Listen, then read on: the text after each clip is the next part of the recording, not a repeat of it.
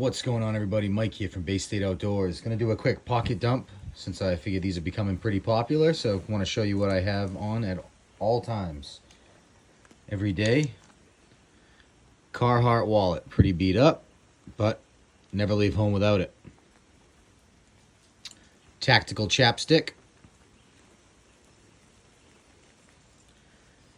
Benchmade Claymore.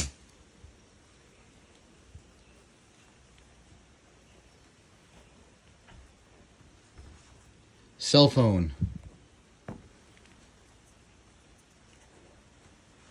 Glock 43 and a BBF make holster.